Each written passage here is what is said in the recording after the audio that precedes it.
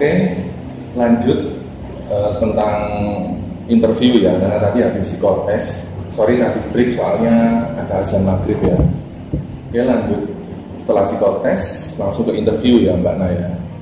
Ya. Apa aja sih yang perlu disiapkan saat menghadapi interview itu? Apa sih yang perlu kita prepare? Biasanya gitu sih anak-anak itu. Kadang itu wah grogi, terus juga ada juga mengenai tata krama atau tata cara saat interview juga belum paham. Kalau dari Mbak Ana, apa sih yang perlu anak-anak prepare untuk interview? Jadi setelah tahapan psikotes, kita lanjut ke persiapan untuk tes wawancara ya. Kurang lebih sama dengan tes interview. Jadi kita kuncinya adalah harus tenang, terus kemudian tidak usah takut atau grogi gitu. Tapi pastikan ya kalau misalkan tes interviewnya berbeda dengan tes psikotesnya, itu kalian juga masih sama guys. Usahakan 30 menit datang lebih awal. Pakaian juga tetap harus sopan. Kemudian harus tenang, fokus, nggak usah grogi. Karena biasanya itu ada juga yang panggilan kerja itu tanpa psikotes, biasanya langsung interview, itu juga ada. Makanya tadi kita juga nyampaikan barangkali di perusahaan itu sebelum interview ada psikotes dulu, ya kan. Tapi kalau yang langsung interview juga ada. Nah biasanya juga sama. Kalau kalian diminta datang jam 8 ya minimal ya 7.30 lah ya, 7.30 ya. Sampai di perusahaan itu. Ada juga yang janjinya jam 8 tapi jadwal interviewnya jam 12 siang. Itu untuk ngetes kesabaran kalian. Ya. Nah kalian harus sabar untuk apa istilahnya supaya kita diterima ya. Apa yang harus kita lakukan kan gitu sih. Ya. Itu perlu diperhatikan juga. Jadi jangan waduh wis kelamaan ini jam 12 terus kesuwen sampai tinggal lagi. Jangan seperti itu. Nah, kalau misalkan kalian memang perlu tanya kok belum dimulai karena jadwalnya jam 8 atau jam 9 katakanlah, tanyakan aja enggak apa-apa. Ini jadwal tesnya dimulai jam berapa ya Pak Bu? Soalnya jadwal yang diberikan jam sekian. Itu enggak apa-apa, ditanyakan aja. Kalau misalkan kalian diminta nunggu, ditunggu aja. Siapa tahu untuk ngetes kalian loh. Kita kan nggak tahu ya. Nah itu hal-hal yang perlu diperhatikan. Setelah kalian sudah berada di tempat ini, tempat interviewnya, misalkan diminta nunggu di ruangan, kalian tunggu. Kemudian kalian tunggu panggilan untuk dipersilahkan untuk memasuki ruangan interview.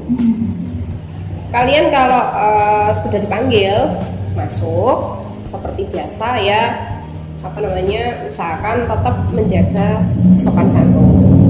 Ketuk pintu, salam, kemudian kalau sudah dipersilahkan masuk, kalian masuk. Kemudian kalau sudah dipersilahkan duduk, baru kalian boleh duduk. Jangan sampai kalau misalkan belum dipersilahkan duduk, jangan duduk dulu guys gitu.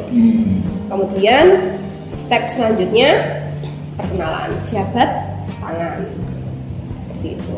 Ya, jabat tangan pun juga jangan lemas. Ini terutama bagi yang laki-laki ya. Bagi yang laki-laki ini, apalagi interviewnya misalkan pagi, pasti kalian sudah sarapan. Nggak tahu lagi kalau belum sarapan. Belum sarapan pun juga kalian harus menunjukkan kalian itu seger, fit, ya kan? Sudah prepare dari kemarin, ya kan? Jangan tidur malam.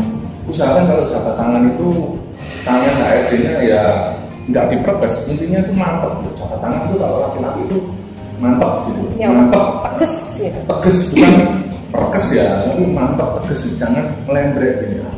Itu nanti jadi acuan oleh HRD yang interview ke kalian. Oh berarti anak ini nggak tegas, berarti anak ini pendiriannya kurang kuat. Nah, gitu. Kalian siasati seperti itu. defisit.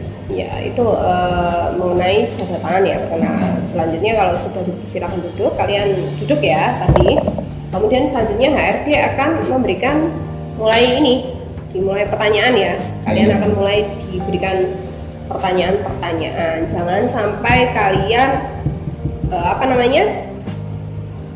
dalam memberikan jawaban itu jangan sampai berbelit-belit. Jadi kalau memberikan jawaban atau keterangan ya sudah yang runtut dan jelas seperti itu. Pertama, biasanya akan diberikan pertanyaan, ceritakan tentang diri Anda atau perkenalkan tentang diri Anda seperti itu. Kira-kira kalau kalian diminta untuk memperkenalkan diri, apa yang akan kalian jawab? Kalau bisa, setelah nama, kemudian usia kalian berapa, kalian langsung menceritakan apa yang kalian miliki. Dalam artian bukan ini ya, aku punya sepeda motor 1, 2, 3, enggak. Jadi ceritakan tentang kemampuan yang kalian miliki. Misalkan nama saya Anita, usia sekian, kemudian pendidikan terakhir ini jurusan ini. Kemudian kalian bisa menceritakan skill yang kalian miliki. Saya mampu ini sesuai dengan apa yang kalian lamar. Misalkan accounting, saya bisa melakukan penjurnalan dan lain sebagainya, bisa mengoperasikan komputer dengan baik. Nah, apa saja kalau perlu jelaskan, Excel, PowerPoint, mungkin ERP dan lain sebagainya. Itu akan menjadi nilai plus bagi kalian. Jangan lupa ceritakan juga apa yang menjadi kelebihan kalian dan kekurangan. Nah, kekurangan jangan sampai terjebak di sini. Betul. Sampaikan kekurangan kalian itu menjadi kelebihan kalian. Contoh, kekurangan saya ini suka lupa waktu, Bu atau Pak. Tapi setelah itu langsung angkat yang menjadi kelebihan Anda dari kelemahan Anda. Saya suka lupa waktu, Pak, Bu, kalau sudah saya bekerja. Sudah terlalu fokus bekerja itu saya kadang lupa waktu kadang saya sampai telat istirahat, makan dan lain sebagainya. Nah, itu yang mendongkrak kalian. Jadi nilai kekurangan kalian yang menjadi kelebihan. Nah, seperti itu. Jangan sampai terjebak di pertanyaan ini, rata-rata terjebak. Biasanya terjebak. Ya, biasanya yang menjadi kelemahan saya tidak bisa bangun pagi. Terus saya agak males. Saya orangnya kurang bisa kontrol emosi. Jangan, guys. Jangan. Jadi contohnya itu tadi, kalian bisa cari sendiri lah apa yang menjadi kelebihan kalian sendiri. Kemudian yang itu nanti akan menjadi kelebihan kalian, kekurangan yang menjadi kelebihan kalian. Nah, seperti itu terkait pertanyaan yang pertama. Karena ada beberapa HRD yang memang setelah mempersilahkan kalian duduk, kalian diminta untuk memperkenalkan diri itu ada juga yang tidak, ada juga yang tanya step by step sesuai interview sheet yang sudah kalian isi. Ada yang seperti itu. Ya, kalian harus mempelajari kedua-duanya karena nggak mungkin keluar dari dua itu. Step pertama nggak mungkin keluar dari jalur itu. HRD pasti tanya, kalau nggak sesuai yang interview sheet yang kalian isi, step-stepnya, step by step. Ada juga yang langsung kalian disuruh memperkenalkan diri yang seperti disampaikan Mbak Nana tadi. Biasanya anak-anak itu mau groginya yang disuruh memperkenalkan diri. Banyak banget itu yang tak jumpai Mbak Nana. Itu ngomong nama, alamat, agama, sudah diem anaknya, langsung takut. Jangan seperti itu. Yang diminta memperkenalkan diri ya apa yang ada di diri kalian. Terus juga sambil memperkenalkan diri kalian, tatap mata HRD-nya. Jangan dingkluk, coro nih, ojo noleh kanan, noleh kiri. Wah, itu jadi bahan pertimbangan. Walaupun kalian nanti jawabnya benar, tapi kalian kan nggak fokus ya, tatap matanya, eye contact lah ya. Ya, eye contact itu juga perlu sekali, guys. Jadi tatap mata yang memberikan pertanyaan ke kalian atau HRD-nya atau pewawancaranya. Gitu. Jangan sampai kalau ditanya hadap ke atas, hadap ke bawah gini. Jadi kesannya kurang fokus gitu, kurang fokus, bisa menunjukkan kurang percaya diri dari kalian juga bisa gitu. Selanjutnya yang perlu diperhatikan juga sikap duduk kalian. Iya. Jadi jangan sampai duduknya tegak, baik seperti ini. Jangan sampai ngelosor gini. Ada Mas Kris? Ada ya? Ada. Mungkin kecapean ya? Itu nggak merasa sudah biasa seperti itu. Jadi ketika kita interview duduknya suantui, guys, kayak di warung kopi. Seperti saya gini ya? Enggak gitu. Jadi kakinya itu ini meja ya, ini dianya, saya di sana. Jadi kakinya melawar gini sampai tembus kaki saya. Terus gini. Dari sininya ada sandarannya, jadi gini. Ya. Mungkin menunjukkan sikap santai tapi serius ya. Terus kok nggak fokus, matanya juga matanya juga nggak ada eye contact. Jadi gini kan kurang bagus seperti itu. Ya dihindari lah kalau kayak gitu. Ya, attitude-nya kurang. Ya bukan dihindari, jangan sampai seperti itu, ya kan? Ya harus dihindari, kalau bisa ya duduknya yang bagus, sikap duduknya. Itu mencerminkan attitude kalian. Betul. Ada tambahan dari sini Mas Kris? Dari awal perkenalan? Biasanya yang disampaikan pertanyaannya terkait itu ya? Terkait itu. Minta untuk perkenalan. Terus ada juga yang terjebak di masalah gaji biasanya mana? Yang diminta gaji berapa biasanya gitu. Ada juga yang memang sudah pinter ya kan, mungkin dari sekolahnya dulu sudah dikasih tahu mengenai kalau di interview mengenai gaji nanti jawabnya ini biasanya. Ada juga yang memang terjebak di situ. Ada juga yang memang isi ada yang standar perusahaan. Kalau menurut saya mending diisi standar perusahaan. Karena perusahaan nggak akan menutup mata. Standar perusahaan itu sudah tahu apa yang akan diberikan ke kalian. Nggak tahu lagi kalau memang standarnya di bawah UMK ya. Karena kenapa standar perusahaan? Perusahaan itu ada yang standarnya UMK, ada yang di atas UMK, ada yang di bawah UMK. Kalau perusahaan yang skala menengah ke atas itu lebih banyak ke UMK ke atas biasanya. Tapi kalau yang skala kecil ya kalian harus tahu diri. Kalian melamar di situ sudah tahu profil perusahaan itu, profilnya itu ini nggak mungkin kayaknya kalau UMK. Kalian harus paham. Nggak mungkin kalian minta UMK ya kan? Makanya kalian tulis standar perusahaan. Nah itu tadi dijawab secara diplomatis saja guys, standar perusahaan. Ayo biasanya kalau isinya di atas, misalkan ada sebuah perusahaan untuk fresh graduate gajinya kita berikan UMK, ada yang di atas UMK mintanya itu biasanya juga akan ditanya sama perusahaan, itu mesti diuber di sana, kenapa kok minta gaji sekian, apa yang bisa kalian berikan dengan gaji sekian yang nanti akan kita berikan, bisa jawab apa enggak? Betul. Itu biasanya alasannya ada enggak gitu loh. Itu biasanya lebih ke anak yang sudah berpengalaman. Nggak tentu ya. Fresh graduate juga kadang harusnya diberikan UMK karena memang perusahaannya pakemnya untuk fresh graduate UMK untuk level ini ya pendidikannya SMK atau untuk level operator gitu. Mintanya di atasnya ada yang level lagi untuk posisi staff, misalkan UMK dengan UMK selisihnya antara 30% sampai inilah 35 ya, 35% dengan yang standar operator. Itu mintanya jauh sekali. Nah, alasannya apa? Itu mesti dikejar.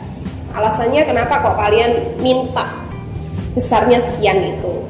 Misalkan standarnya untuk level staff fresh graduate S1 katakanlah 4,5, kalian mintanya 6,7, mesti ditanya. Apa yang kalian jual? Kalian harus siap. Kalau kalian sudah nulis nominal, kalian harus siap dengan pertanyaan selanjutnya. Apa yang akan kalian berikan ke perusahaan dengan gaji yang Anda minta sekian? Alasannya apa? Ya, alasannya apa Anda mengajukan gaji dengan nominal sekian? Mesti ditanya. Gitu. Biasanya selain gaji, ada juga yang ini hal yang paling saya suka Mbak Nana, mengenai motivasi dia kerja di perusahaan ini itu apa? Itu hal yang paling saya minati. Nggak tahu kalau teman-teman HRD yang lain ya. Karena waktu aku masih berkecimpung di HRD dulu, aku yang paling seneng itu pertanyaan ini, motivasimu untuk kerja ini apa? Ya jangan kerja di sini lah, motivasimu untuk kerja ini apa? Sebenarnya untuk apa? Macam-macam sekali. Nah itu yang lebih banyak tak gali. Dulu pernah sih aku interview anak ya, motivasinya kerja itu karena dia jadi tulang punggung keluarga, karena dia satu-satunya yang sudah bisa kerja, adik-adiknya masih sekolah. Itu juga kadang jadi bahan pertimbangan. Kadang aku bapernya di situ, karena HRD itu sebetulnya nggak boleh baper. Ya nggak boleh. Memang nggak boleh. Berdasarkan rasa kasihan itu nggak boleh, harus benar-benar objektif. Biarpun kita kasihan tapi nggak sampai kita inilah tunjukkan ke mereka lah. Betul. Jadi berdasarkan objektivitas, tidak subjektivitas. Halo effect itu nggak boleh. Halo effect itu dalam artian kesan. Jadi kesan yang diberikan sama kandidat. Oh hari ini rek wayu ganteng, tak terimanya nggak boleh HRD. Itu namanya halo effect, nggak boleh. Jadi benar-benar harus objektif. Gitu loh. Berdasarkan rasa kasihan, apalagi nggak boleh. Jadi dulu pernah kayak gitu, cuman sebenarnya aku kasihan, tapi tak siasati.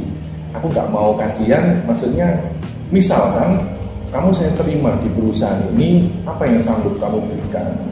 Misalkan saya sudah kasih kepercayaan ke kamu dengan kamu tak terima di sini, dengan bahan pertimbangan kamu sebagai tulang punggung keluarga, apa yang sanggup kamu berikan ke saya, ke perusahaan lah. Saya akan gini Pak, saya nggak bisa berjanji, saya hanya bisa ngasih bukti di lapangan. Kalau memang 1 bulan kerjaan saya di bawah standar, saya siap untuk dipecat. Seperti itu dia bilang. Akhirnya ya oke lah, aku apa sih, kenapa nggak aku beri kesempatan untuk anak yang sungguh-sungguh kayak gini. Biasanya gitu. Ada juga yang teman-teman HRD yang lain juga ngaco, nggak peduli dia motivasinya misalkan jadi tulang punggung keluarga, terus misalkan untuk membiayai orang tuanya yang sakit, itu nggak peduli, ada yang kayak gitu juga. Tapi kalau aku beda, ini dari aku sendiri, asumsi aku sendiri. Harusnya harus berimbang fungsinya. Iya. Kalau ini tadi kan berimbang, kasihan tapi ditutup itu tadi, motivasinya tinggi, jadi boleh. Jadi aku nggak nyuruh kalian untuk istilahnya bohong ke HRD, motivasinya ini pemasrek, kok diterima, enggak, jangan gitu juga. Ya, karena kalau kalian buat HRD itu tahu kok kalau kalian bohong. Jujur apa enggak itu tahu, ketulusan itu terlihat. Kalau memang itu benar-benar kalian seperti itu keadaannya kayak gitu, ya nggak apa-apa, kalian utarakan. Karena ada tipikal anak yang memang gampang curhat, dan ada juga anak yang tipikal introvert ya, tertutup, itu ada juga. Jadi macam-macam. Ya kalian ada di mana? Kalau kalian memang gampang curhat ya nggak masalah. HRD itu akan dengan senang hati kok, karena interview itu nggak terbatas waktunya, selama mungkin. Karena kalau aku interview dulu ya waktunya nggak cukup 10-20 menit. Bisa sampai 1 jam. Karena memang tujuan dari interview ini kan menggali informasi guys. Jadi menggali informasi sejauh mungkin, sedalam mungkin, kemampuan dari kalian, kemudian background atau latar belakang dari kalian itu bagaimana. Jangan sampai kita ini rekrut salah gitu loh. Nanti kita juga akan mempertanggungjawabkan itu ke pimpinan gitu loh. Kalau sampai dengan salah rekrut, tanggung jawab kita. Oke, selain pertanyaan memperkenalkan diri, kemudian gaji, kemudian apa tadi Mas Kris, motivasi. Nah, itu akan ada beberapa pertanyaan lagi Mas Kris pastinya. Kalau Mas Kris apa lagi? Biasanya yang ditanyakan, ini sharing ya guys, supaya kalian tahu bahan-bahannya itu apa aja perkiraan. Biasanya kalau aku tanya itu jarang sih, kalau ya dikatakan jarang enggak, maksudnya itu 60-40, jadi 60%-nya itu lebih ke profil pribadinya, 40% itu lebih ke etos kerjanya dia di perusahaan yang nanti dia naungi ini. yang akan menaungi dia. Misalkan dia ini ya, kalau masalah pribadinya itu biasanya untuk orang tua kerjanya apa, biasanya begitu. Orang tua kerjanya apa, terus berapa bersaudara, itu kan lebih ke pribadi ya. Terus anak pertama, anak keberapa kamu, berapa anak keberapa dari berapa bersaudara, itu biasanya tak tanyakan. Terus kamu merokok dari usia berapa, itu kalau ada HRD yang tanya kamu merokok dari usia berapa, ya kalian dijebak. Ya itu pertanyaan jebakan kan, ngerokok dari usia berapa itu kan kadang kepelecoknya di situ. Saya dari SD Pak lah, berarti uang sekolah untuk ngerokok kan mestinya kan gitu. Beda lagi kalau kalian ditanya kamu merokok apa enggak, gampang pertanyaan itu kan, merokok Pak, udah pasti sudah selesai kan. Tapi kalau kalian ditanya kalian merokok dari usia kapan, itu hati-hati. Saya merokok dari saat saya sudah kerja, jadi gitu sih namanya. Karena kenapa HRD tanya merokok? Mungkin di lingkup perusahaan itu memang dilarang merokok, dan takutnya pada saat kalian kerja, kalian gak betah mempet istilahnya. Aduh, wis sak jam rong jam aku gak rokokan, cangkemku pahit iki. Ya apa caranya aku tak nyeli neprek nang buri, aku tak ngerokok, itu bahaya kan. Nggak bisa meninggalkan kebiasaan jelek. Masuk kebiasaan jelek ya? Tadi aku ngerokok tadi jelek ya? Ya enggak gitu juga. Artinya kalian itu harus bisa memposisikan diri, kalau kalian kerja ya kerja, ngerokok ya pasti istirahat atau pas jam pulang lah gitu ya. Karena memang kan beberapa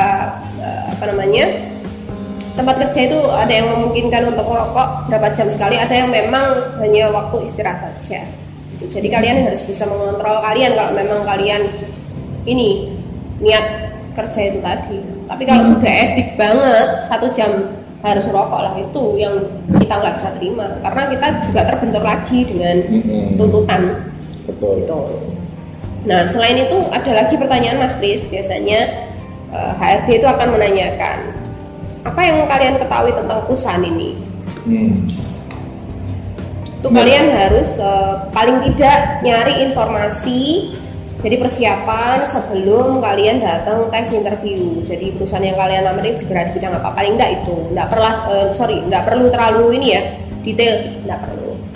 Kemudian kenapa kalian tertarik di perusahaan, ngelamar di perusahaan ini? Ya, itu juga perlu kalian persiapkan. Itu pasti pertanyaan ditanyakan. Kontribusi apa yang akan kalian berikan apabila kalian diterima di perusahaan ini? Itu pasti juga ditanyakan. Iya. Rata-rata ditanyakan seperti itu. Kemudian yang terpenting lagi, posisi yang kalian lamar. Kalian paling tidak punya gambaran secara umum.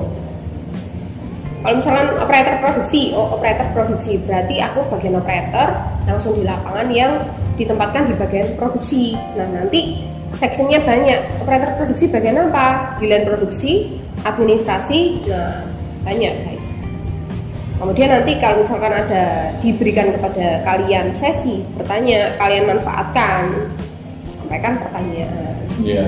Itu penting. Jangan sampai ada pertanyaan. Biasanya diberikan kesempatan seperti itu. Ada yang ditanyakan, padahal dalam hati kalian tuh ada pertanyaan. Tapi diempet karena nggak berani, malu dan enggak Bu, sudah cukup atau enggak Pak, sudah cukup. Jangan, ditanyakan aja. Gitu. Jangan sampai begitu sudah sampai rumah, ada Mas Kris dulu itu tanya, maaf Bu, kemarin itu saya mau menanyakan gajinya berapa ya. Itu pas waktu deal-dealan sih, sudah interview terakhir, sudah diterima. Kadang ada yang menjebak HRD, iya Bu terima kasih, gitu aja tanpa menanyakan apa gaji yang diberikan berapa. Tapi biasanya ada ini juga, untuk yang menyampaikan gaji biasanya ada yang level lagi ya. Oh ya, ini perlu dipahami juga. Biasanya ada level interview yang lebih tinggi lagi. Ada juga pimpinan yang lebih tinggi lagi. Tergantung levelnya. Betul. Position levelnya. Biasanya gajinya yang nanti yang nyampaikan yang pimpinan yang lebih tinggi. Ada lagi ada juga yang memang langsung disampaikan sama HRD-nya. Ya biasanya kalau level operator sampai dengan staff itu HRD langsung. Jadi HRD yang bagian operasional. Tapi kalau misalkan levelnya tinggi, manajerial GM itu biasanya langsung level tinggi. Biasanya sampai direktur pun juga ada. Interview sampai direktur. Jadi direkturnya ini sebagai user karena dia levelnya general manager atau manager. Jadi perlu memang direktur yang menentukan gajinya. Ada yang bahkan manajer cukup sampai level HRD aja yang ngasih informasi gaji juga ada. Gitu sih. Kalau memang di perusahaannya itu ada shift, kalau yang manpower ya produksi, ya kalian juga harus siap. Kalian kerja di situ pasti paling tidak tahu perusahaan di situ kerja shift atau tidak. Kalaupun memang kalian nggak tahu di situ ada shift atau tidak, ya kalian tanyakan. Betul. Kalau memang HRD belum menyampaikan, ya itu tadi makanya ada yang perlu ditanyakan, ada yang belum jelas, ya kalian tanyakan, Pak, Bu, maaf, di perusahaan ini kerjanya shift atau tidak, itu juga perlu. Ya biasanya ini tanya karena mungkin kalian ada yang lanjut kuliah malam. Ya. Biasanya rata-rata Untuk menyesuaikan waktu ya. Ya, menyesuaikan waktu. Itu sih. Apalagi kuliah pagi normal, kalau shift kesulitan kayaknya. Kalau ada temennya yang mau diajak tukar jadwal sih enggak masalah, tapi terus loh paginya kan kesulitan kalian. Kecuali kalau kerjanya memang malam. Terus kalau kuliahnya malam enggak masalah, mungkin kan rolling kan shift itu. Yeah. Ada temennya diajak gantian karena kan enggak tiap enggak ini ya selamanya. Ya yang penting kalian tahu caranya membagi waktu lah. Itu sih. Terus juga aku ngasih tahu sama yang ini ya, misalkan untuk anak-anak yang kurang pede. Untuk anak-anak yang kurang pede misalkan, mohon maaf ya, mungkin di interviewnya kurang lancar, ngomongnya memang terbata-bata, itu nggak dibuat-buat. Ada yang memang seperti itu, nggak apa-apa. Kalian tetap aja maju, nggak apa-apa. Nanti akan ada bahan pertimbangan sendiri kok. Nggak semua HRD itu jahat ya. Wah, hari ini gagap, hari ini ngomongnya terbata-bata, ini gue ngomong nih. Misalkan hubungannya sampai customer, sampai konsumen, wah, bisa kacau ya, kata terima, nggak semua seperti itu. Nah, itu yang ngatur kan Tuhan ya. Kalian tetap berusaha aja, nggak apa-apa. Ini aku jadi inget dulu, saat aku interview, itu ada satu orang anak yang memang kalau aku interview itu anaknya agak-agak banget. Jadi ngomongnya itu agak terbata-bata, ya istilahnya nggak nemen lah, nggak selancar kita gitu loh. Tapi dia punya kemauan keras, bisa menunjukkan bahwa dia itu, aku kok pantas kerja di sini. Gitu. Akhirnya jadi bahan pertimbangan, tak terima, tapi aku nggak janji ke anaknya, tapi aku akan berusaha untuk bisa memasukkan anak ini. Aku rekomkan ke pimpinan. Pada saat itu pimpinan nggak mau menerima, tapi aku ngeyel, Pak, nanti saya yang tanggung jawab. Kalau memang anak ini kerjanya di bawah standar, saya yang nanti taruhannya saya. Sampai seperti itu. Ya ini mungkin juga bisa jadi bahan pertimbangan teman-teman HRD yang lain ya. Jangan sampai mengucilkan karena bukan masalah skillnya kalau itu ya. Lebih ke cara ngomongnya ya. Itu enggak apa, kasih kesempatan aja mereka. Nah untuk yang merasa seperti itu, ya nggak apa-apa, karena tetap pede aja. Akhirnya si anak itu diterima sama pimpinan, diterima, dan akhirnya di luar dugaan, ya mohon maaf, yang bicaranya lantang, keras, tegas, yang waktu saya interview itu bertanya malah kalah lama dengan si anak yang ngomongnya terbata-bata. Etos kerjanya tinggi banget. Kalau disuruh misalkan gantikan temannya yang nggak masuk, itu dia langsung nggak pakai nolak. Oh saya nggak bisa, saya izin enggak. Dia langsung mau dan langsung mau menggantikan. Kebetulan waktu itu dia ada di operator SPB. Waktu itu aku cari untuk operator SPB.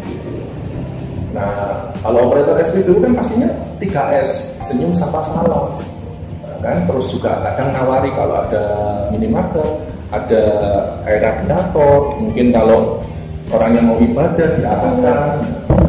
Kadang kalau kita nggak lancar kan biasanya konsumen kurang bisa memahami ya. Tapi nggak apa-apa, anak itu juga bisa. Dan nggak semua konsumen nanti marah dan pastinya tahu kok, oh anak ini mungkin kurang jelas dalam ngomong apa-apa. Itu sih. Jadi untuk kalian yang merasa kurang percaya diri karena kekurangan lah, ada kekurangan, ada kekurangan physically. Tetap pede aja, tetap kalian istilahnya maju, jangan aduh interview itu kayak nggak aku diterima, jangan seperti itu. Dan untuk teman-teman HRD yang lain juga ya mau jadi bahan pertimbangan lah. Kalau apa sih yang dicari? Yang dicari itu apa sih? Kan kegigihan dia kerja, temennya dia kerja kan gitu. Kegigihan, kemampuan dia bekerja. Percuma kalau ngomongnya lantang, jelas, tapi ngelewesan, ya kan percuma. Ya nggak menutup kemungkinan yang istilahnya yang ngomongnya bener dan lantang juga melewes, enggak. Ya ada juga yang benar kerjanya gitu sih. Sama ya, seperti sedikit pengalaman sih Mbak. Sama seperti ini aku juga dulu ada pengalaman Mas Kris. Jadi waktu itu kalau di tempatku dulu ini kan ada job spec untuk posisi ini. Nah, di situ hanya disebutkan pendidikannya apa, kemudian masih single, terus kemudian usianya berapa maksimum, gitu aja. Pendidikannya apa, jurusannya apa, gitu aja. Tanpa menyebutkan itu tadi, seperti ada kekurangan fisik ya. Entah itu dia badannya gendut, ada lagi yang memang hampir sama kayak Mas Kris tapi dia nggak gagap ya, maaf, bibirnya sumbing, cuma otomatis kan ngomongnya agak kurang jelas, tapi nggak gagap, jadi kurang jelas gitu. Tetap waktu itu saya terima dengan alasan bukan karena yang pertama kasihan ya, yang pertama itu memang dia mampu, saya nilai itu mampu Mas Kris, karena aku nggak lihat dari bodinya, oh arek ini lemu, gak iso kerja cepet, belum tentu. Ada beberapa yang nggak terima sampai waktu itu aku sempat agak ini ya, miss sama user ya, bukan atasan. Kalau atasan selama di job spec itu sudah benar ya, aku kerjanya sudah benar. Tapi kalau di job spec nggak ada, nah itu salah, keliru aku. Nah waktu itu aku sempat sama userku itu miss, terus akhirnya diluruskan sama pimpinanku, dibantu, dan usernya yang salah. Ini Anda yang salah karena tidak dicantumkan dalam job spec, jadi tidak bisa. Karena anak ini pun sudah teken kontrak. Kalau nanti kita putus kontrak, kita yang nanti akan menyerah. Kecuali kalau memang di job spec dicantumkan, oh tidak boleh gendut, tinggi badan sama berat badan harus proporsional, kemudian juga tidak boleh cacat. Nah itu baru guys, aku yang salah, tapi di situ tidak dicantumkan. Jadi otomatis anaknya masuk kerja bahkan sampai sekarang. Iya, di luar dugaan ya. Waktu itu ini ya, awalnya mungkin dia di bagian produksi kalau nggak salah, terus akhirnya dia bagian bersihin gedung. Khusus di unit itu aja, tapi bersihin kaca, nyapu, malah rajin banget anaknya, semangat banget. Itu yang maaf bibirnya sumbing tadi ya. Kalau yang badannya gendut tadi diproduksi, ada cewek sama cowok. Nah, userku tak tanya waktu itu, kenapa nggak mau terima anak besarnya gendut gitu. Nanti itu kerjanya nggak bisa cepat gitu. Nah itu tadi, tapi ternyata nggak semua. Ternyata saya tanya ke temennya sama pimpinannya di sana, nggak ada masalah, kerjanya cepat malah. Itu sih. Sebagian pengalaman kita. Ini sharing aja. Ya mungkin pengalaman yang lain untuk HRD yang lain mungkin beda-beda lagi. Beda-beda. Ini salah satu ya. Sebenarnya masih banyak lagi. Salah satu dari beberapa. Kalau nanti tak bicarakan di sini, Pak Iso nggak cukup waktu nih ya. Iya. Karena aku interview orang juga nggak 1 tahun 2 tahun, terus bertahun-tahun.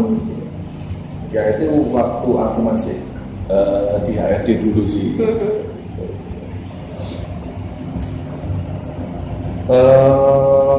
Ya itu tadi sih, yang penting kalian harus pede, terus harus percaya diri lah ya, pede itu tadi.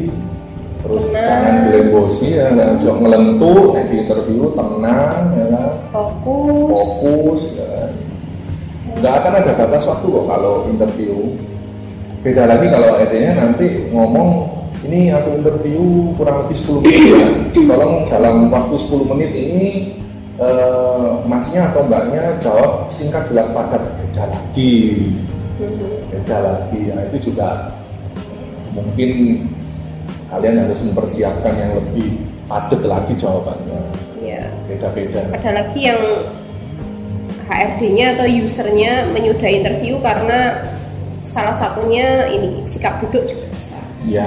Karena sudah dasar, mereka biasanya menyudahi setelah perkenalan gitu, ditanyain mungkin 1-2 langsung minta cukup gitu. Karena apa?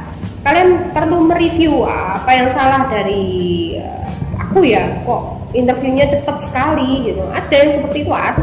Karena tiap orang beda-beda. Kalau yang di interview lama itu berarti ada nilai plus yang harus digali sama HRD-nya. Betul. Tapi kalau waktunya cuma sebentar, aku mau interview ini kok cepet yo. Waduh yo karo aku suwi ya. Sekitar 1,5 jam ya. Itu beda. Biasanya malah yang lama itu yang nggak diterima, enggak. Yang malah yang diterima ya gitu. Nah sekarang gini loh, orang sudah nggak nyaman, ya pasti dari kan, diterusin nggak nyaman gitu loh. Ya, kan? Jadi dinilai, waduh kok anak ini duduknya aja seperti ini, sudah males-malesan kan. Jadi kalian kalau duduk itu nggak tegap terus sopan gitu. Bukan kaku ya? Enggak, duduknya kayak gini berarti kan males-malesan gitu kan, sudah ada kayak niatan gitu kan. Beda lagi kalau duduknya sopan, tegap, bukan ini loh ya. Santai aja, ini enggak. Relax. Gitu. Terus ramah, senyum. Tapi ya jangan keseringan senyumnya gitu. Gitu. Juga jangan terlalu sombong, biasa aja dijawab. Tenang. Kalau yang ditanya seperti yang tadi omongkan yang tadi masalah pribadi ya. Kalau seputar itu aja ya dijawab adanya aja. Ya, dijawab pokoknya intinya jujur lah. Dijawab jujur aja dan sesuai keadaan kalian. Betul, nggak perlu terlalu lebay, dilebih-lebihkan. Malah nanti akan kelihatan lebay kok nanti, malah kelihatan bohong kalian. Ini apa adanya. Kalau memang kepribadian kalian apa, terus ya wes kalian jawab apa adanya. Kemampuannya apa, bisanya apa ya sudah. Soalnya nanti kalau misalkan kalian tidak bisa, jawab bisa. Ketika diperlukan tes teknis, ternyata tidak bisa. Nah, ada lagi yang minus dari nilai kalian, tidak jujur. Betul. Kemarin bisa katanya. HRD-nya pasti mikirnya gitu, tapi begitu dites nggak bisa. Nah, akan jadi bumerang kalian sendiri ya. Pokoknya jawab sesuai dengan diri kalian. Oke, gitu ya Mbak Naya. Ya. Cukup ya. Cukup. Semoga jadi bisa dipahami oleh teman-teman anak-anak yang mau interview ya. Ya, semoga sharingnya bermanfaat. Selebihnya kalian bisa googling apa saja, tapi nggak usah kembali lagi, nggak usah dihafal. Jadi untuk referensi kalian nanti begitu interview. Mungkin nextnya nanti setelah interview biasanya apa sih yang harus aku lakukan saat sudah diterima ini, apa sih saat aku sudah jadi karyawan ini, apa sih yang harus aku lakukan supaya pimpinanku ini bisa tertarik dan bisa seneng sama aku, apa sih? Bukan bos ya, pimpinan.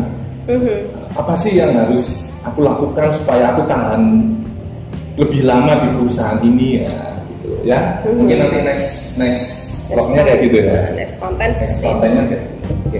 Oke, thank you. Close this.